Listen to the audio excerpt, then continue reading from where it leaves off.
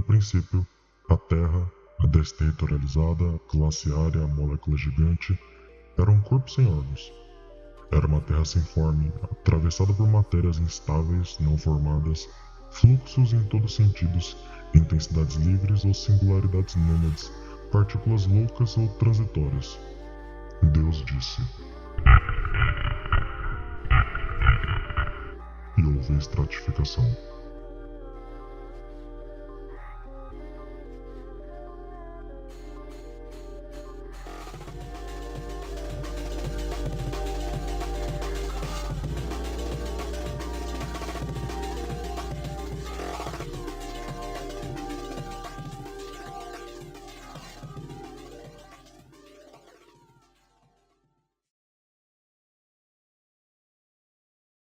Em 10.000 a.C., a geologia da moral, que a Terra pensa que é o segundo platô de 1000 platôs e tem como principal problema a estratificação. Se todo agenciamento é constituído por dois polos, um de mudança e outro de estase, um arbóreo e o outro rizomático, como é possível, de um ponto de vista molecular, o surgimento da estase? Como que surge a árvore? Como que a matéria em fluxo se estabiliza? E além disso, como responder a isso tudo sem recorrer a um princípio transcendente que apenas consegue ver a identidade no lugar da diferença? O segundo platô é uma fanfic. É um diálogo imaginário entre o Professor Challenger, protagonista do romance Lost World de Conan Doyle, e entre vários cientistas e estudiosos como Geoffroy St. Hilaire e George Cuvier, dois naturalistas do século XIX. A invocação dessas figuras é para discutir o problema da especiação. Problema: as espécies são tipos fixos ou estão aptas à mudança? Cuvier acredita que as espécies são fixadas pelo julgamento de Deus. Geoffroy, ao contrário, acredita na possível mudança. No fundo, pouco importa a resposta, pois ambos falam do mesmo problema, que é o problema da estase. De um lado, a estase antecede o indivíduo e lhe dá sua forma. Do outro, a estase é temporária e resultado de um processo. Em outras palavras, a pergunta central desse platô tem a ver com o problema da estase e de seu processo. Como é possível a diferença e, nesse sentido, como é possível a identidade? A resposta a essas perguntas só poderá ser encontrada por meio de dois conceitos: o extrato e a estratificação. O extrato é aquilo que dá forma à matéria, que aprisiona as intensidades e singularidades, que produz e organiza sobre o corpo desterritorializado da Terra o molar e o molecular. Os estratos são atos de captura, buracos negros que engolem tudo que vem pelo caminho. Eles operam por código e territorialização na Terra. O extrato é o julgamento de Deus, mas é preciso ver que a Terra, o corpo sem órgãos, sempre foge a esse julgamento, sempre se desestratifica, descodifica e se desterritorializa no processo. O julgamento de Deus nunca é final, uma vez que sempre há algo que escapa. A estratificação, o processo de criação de estratos, é um fenômeno ao mesmo tempo que muito importante, inevitável e benéfico, também muito lamentável. Não há um juízo de valor nessas falas. Se erigimos o rizoma como modelo, é por ele ser o fim dos modelos, é por seu valor estratégico. Mas sabemos justamente que o rizoma é capaz do mais duro despotismo. Da mesma forma como a desterritorialização é acompanhada de uma reterritorialização, ou do mesmo modo que o pensamento arbóreo não é um mal por si, mas sua predominância enquanto imagem do pensamento é o que o torna danoso, a estratificação é só mais um dentre os diferentes processos. A estratificação é uma superfície, um plano de consistência que se forma entre duas camadas, dois estratos. A superfície de estratificação é um agenciamento maquínico. Agenciamento, pois, põe em questão elementos de ordem heterogênea. Maquínico, pois diz respeito a conexões em um plano imanente. O agenciamento tem uma face voltada para o extrato e uma outra voltada ao corpo sem órgãos. É isso que permite a existência de dois polos, um arborescente e um rizomático, um de estase e outro de mudança. Mas é engraçado que ficamos falando de estratificação, mas ainda não nos perguntamos: como é feito um extrato? Deus é uma lagosta, uma dupla pinça, um double bind. A primeira articulação escolheria ou colheria nos fluxos partículas estáveis unidades moleculares ou quase moleculares metaestáveis, as quais imporiam uma ordem estatística de ligação e sucessões. A segunda articulação instauraria estruturas estáveis, compactas e funcionais, e constituiria os compostos molares, onde essas estruturas se atualizam ao mesmo tempo. Deus é uma lagosta. Isso porque ele opera por dupla pinça, double bind. A dupla articulação fica mais clara quando fazemos alusão ao processo de criação de arenito. A sedimentação nada mais é que a organização homogênea de um material fluido, seguida de uma estabilização das partículas estratificadas na forma de arenito. A passagem da substância para a forma chamada de primeira articulação. Nela temos a seleção do material, em que a regularidade estatística é imposta. O processo de fixação do composto organizado em estruturas instáveis, isto é, em um agenciamento que tende à estase, é chamado de segunda articulação. Nela temos a fixação em estruturas estáveis, que, quando compostos, formam relações extensivas com suas partes. A forma e a substância são gerados por um processo intensivo. Eles são interiores ao processo, não exteriores. A primeira articulação é o processo intensivo. A segunda articulação é o processo extensivo. De um lado, produção de forma a partir da substância. Do outro, a produção da substância a partir da forma. Deus é invocado aqui não como um agente exterior à criação, mas justamente para funcionar como um princípio de criação imanente. É ele que começa o processo de dupla articulação, processo esse que não é exterior à matéria.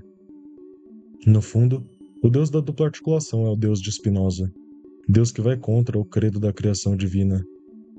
A reapropriação do conceito de Deus opera uma subversão da metafísica ocidental, na medida que provoca uma alteração no modo como entendemos forma e substância. Na definição de metafísica encontrada em Nietzsche a filosofia, forma e substância pressupõem uma divisão do mundo.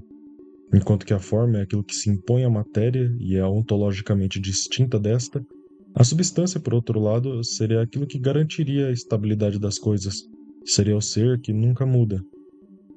O uso que Deleuze e Guattari fazem de forma e substância é um ataque a exatamente esse tipo de pensamento, pois eles tentam pensar forma e substância como não sendo distintas em natureza, isto é, ontologicamente diferentes.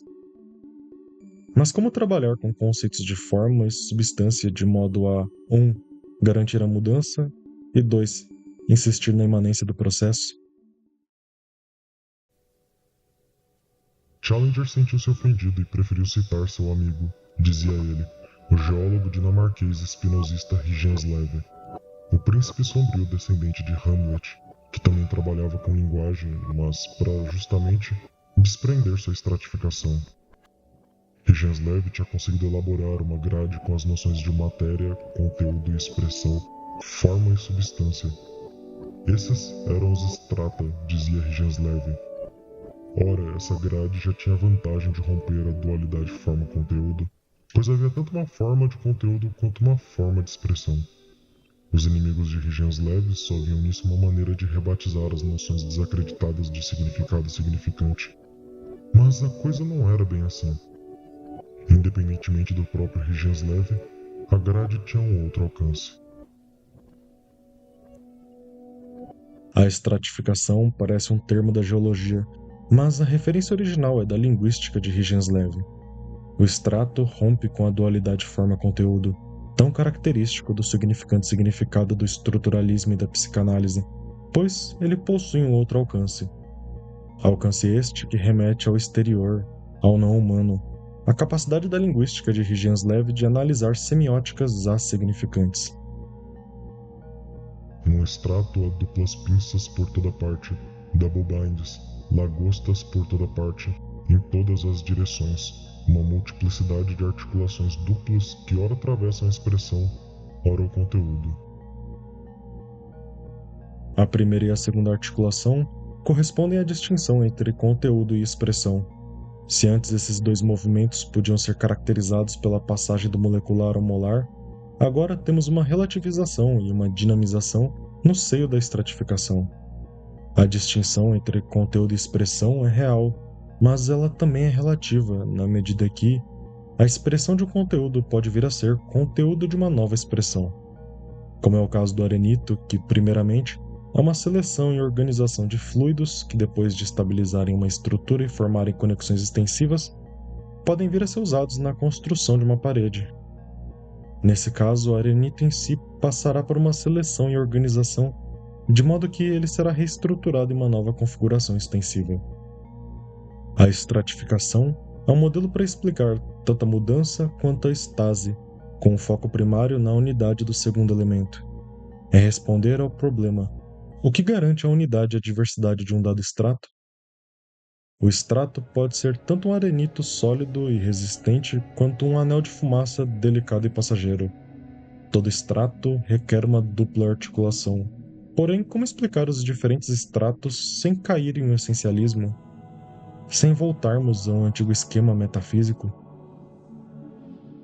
Existem N número de extratos, números infinitos de extratos, mas Deleuze e Guattari delineiam principalmente três: o físico, o biológico e o linguístico.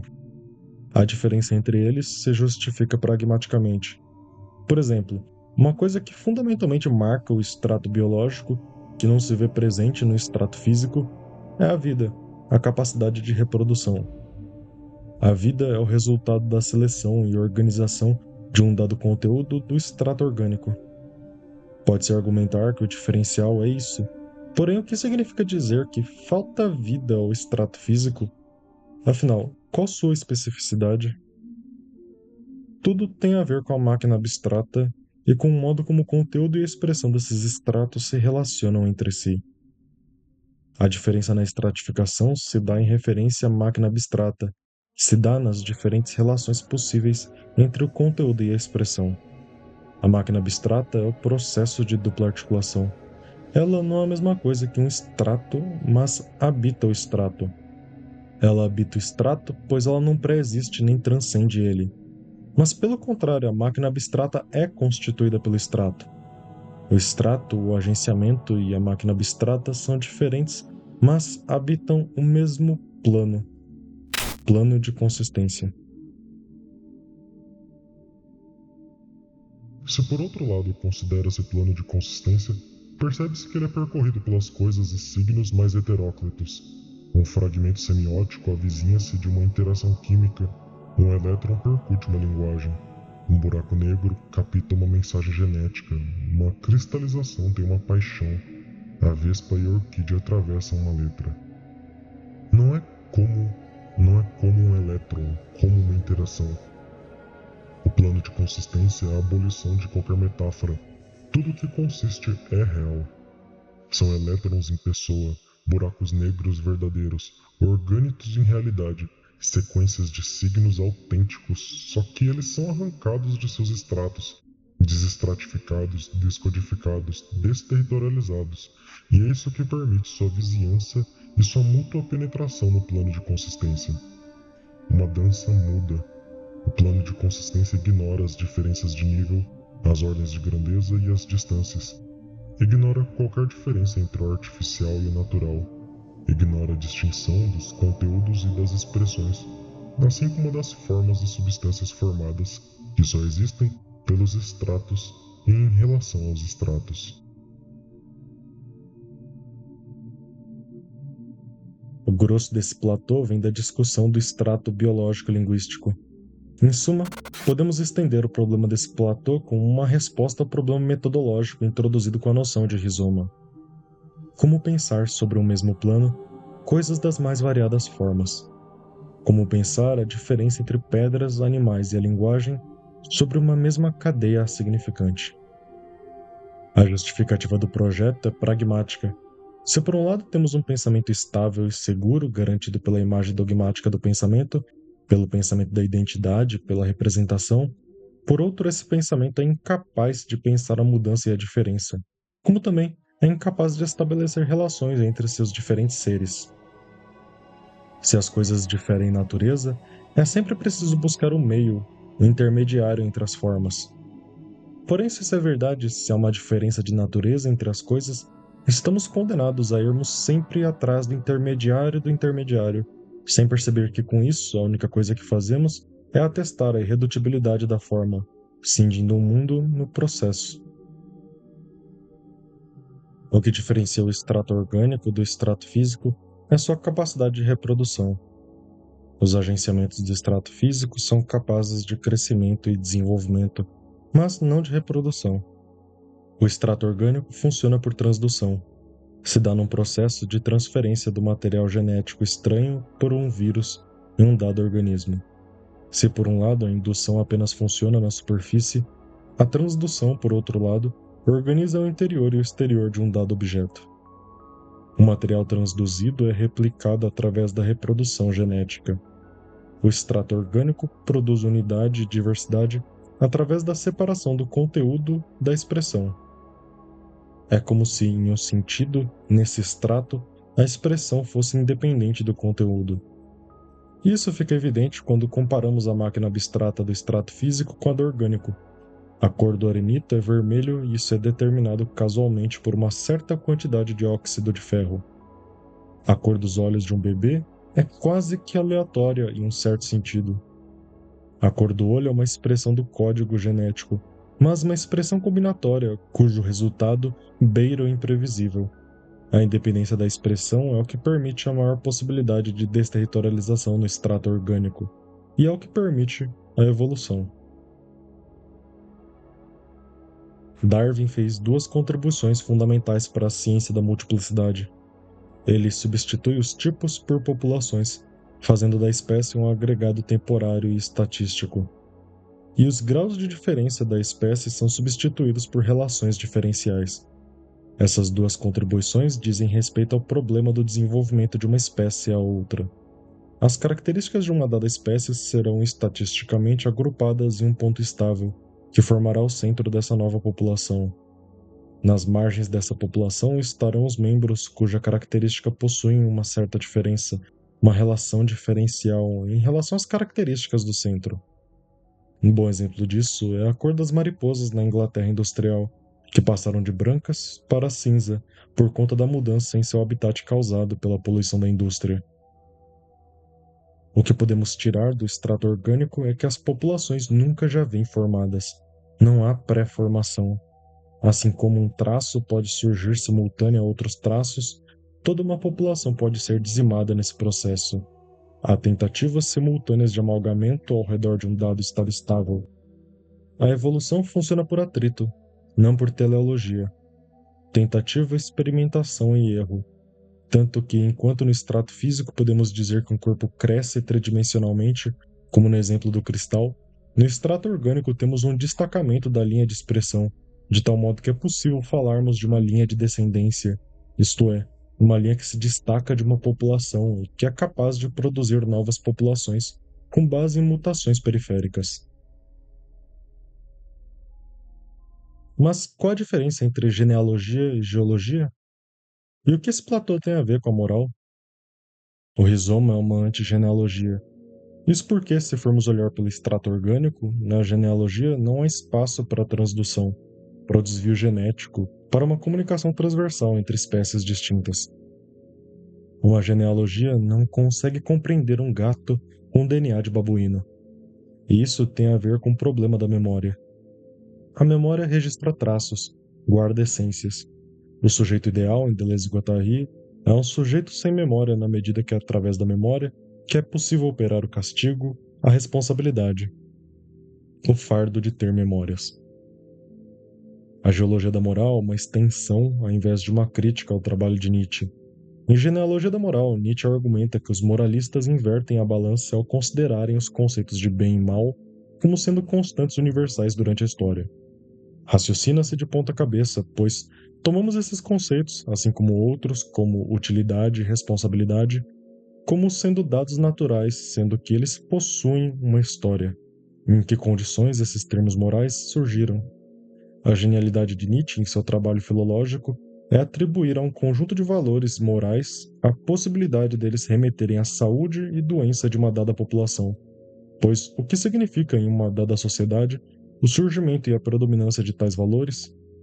A relação de Deleuze e Guattari com Nietzsche recai sobre isso, pois em um certo sentido, o que eles veem em Nietzsche é a possibilidade de tratar a moralidade como uma forma de estratificação. A moralidade, da mesma forma como os outros modos de estratificação, organiza o pensamento, permitindo e proibindo certas conexões. A crítica genealógica de Nietzsche se baseia nisso, na investigação da relação entre conteúdo e expressão que habita o coração de uma dada sociedade. Deleuze e Guattari vão além de Nietzsche, no sentido de que eles estendem o projeto nietzschiano para além da questão da moralidade. A estratificação chega a atingir a linguagem, mas não qualquer linguagem. Uma linguagem explicitamente não humana. Deleuze e Guattari estão interessados em uma teoria geral dos signos. A diferença entre o signo e o significante recai no fato de que no signo é primeiramente não linguístico. Falamos de signo para não cairmos no imperialismo do significante, como se todo signo se expressasse por um significado, como se todo signo fosse um significante. A significância qualifica um regime, nem o mais interessante, nem o mais atual, mas sim o mais despótico, por ir a fundo na ilusão de que a forma de expressão se reduz a meras palavras. O significante é o redundante, pois ele não aponta para mais nada além de si mesmo. A forma de expressão não pode ser reduzida a palavras, uma vez que ela só ganha seu sentido remetendo a um conjunto de enunciados que surgem no campo social considerado extrato. Não há primado do conteúdo sobre a expressão. O que temos são formalizações paralelas em pressuposição, que não param de se entrecruzar, de se misturar. Nunca se tratou sobre significante e significado, mas sim de estratificação. Um regime de signos é muito mais que uma linguagem. A diferença diz respeito à relação entre conteúdo e expressão, que no caso do extrato linguístico se dá por tradução. Entende-se por tradução a habilidade em seu próprio extrato de representar todos os outros extratos e com isso chegarmos a uma concepção científica do mundo. Nada escapa ao extrato linguístico. Todos os fluxos, partículas, códigos e territorialidade são traduzidos em um sistema único suficientemente desterritorializado de signos. Em outras palavras, o extrato linguístico é caracterizado por sua capacidade de sobrecodificar os outros extratos. O extrato linguístico organiza os extratos segundo seus termos. Mas é preciso lembrar que isso de forma alguma apaga a especificidade dos outros extratos. Se formos pegar o extrato orgânico como exemplo, ele continua a fazer suas codificações genéticas, com a diferença de que tal codificação agora está subordinada a um código linguístico, isto é, a uma organização taxonômica e científica. Várias ilusões surgem da confusão do real papel da tradução. A linguagem faz parecer com que os extratos sejam hierarquicamente organizados, como se o extrato orgânico fosse superior, de alguma forma, ao extrato físico e o extrato linguístico estivesse no topo disso tudo.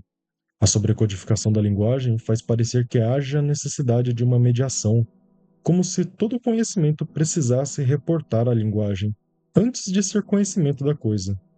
Essa ilusão da tradução causou a virada linguística na filosofia e a substituição do conhecimento pela proposição na filosofia analítica. Apontar essas ilusões não significa negar a importância da linguagem, mas é preciso reconhecer que ela tem seus limites e que ela não conta toda a história nem por analogia. A possibilidade de sobrecodificar os outros estratos levam a crer em uma suposta superioridade humana, como se, por ser portador da palavra, por ser portador do discurso, houvesse uma superioridade natural dos humanos em relação ao não humano. Não poderíamos estar mais errados. É preciso pensar a relação entre os estratos como um contínuo, uma relação recíproca, mas nunca hierárquica. Em outras palavras, uma ontologia planificada, em que agenciamentos concretos, máquinas abstratas e estratos vivem em igualdade. É possível comentar as diferenças específicas acerca da distinção, que uma é real, que a outra é formal e a outra é essencial, no que diz respeito à relação entre o conteúdo e a expressão em um dado agenciamento. Mas o que importa se retirar daqui é que essas distinções nunca vêm a formar uma diferença ontológica. Há diferença, mas essa diferença reporta uma univocidade do ser. Não há uma biosfera ou monosfera, mas em todo lugar temos a mesma mecanosfera.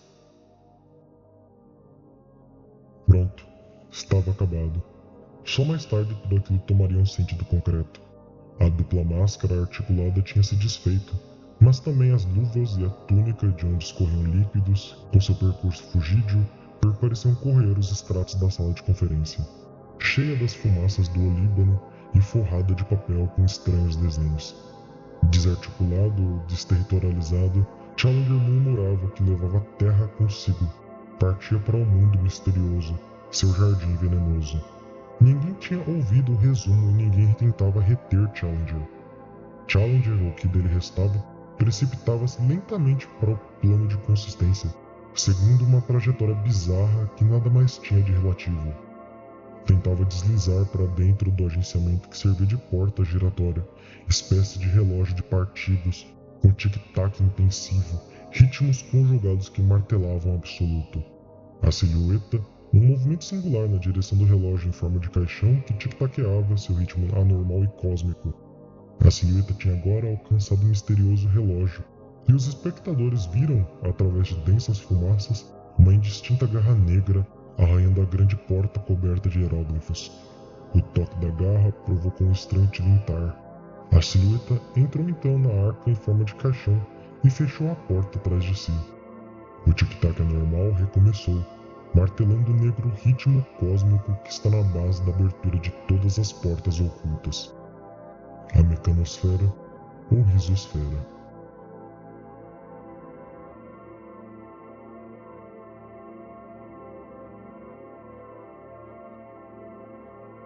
Se você assistiu até o final, muito obrigado.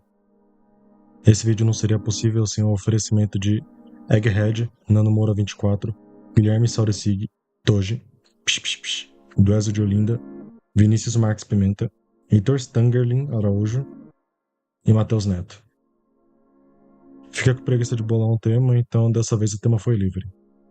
Egghead mandou isso. Migueli, you successfully hit metal 17 times, so you are now proud owner of this photograph of motorcar. I am happy. But property is theft, so you are now under arrest. Fair enough. Bom. Toji mandou a frase: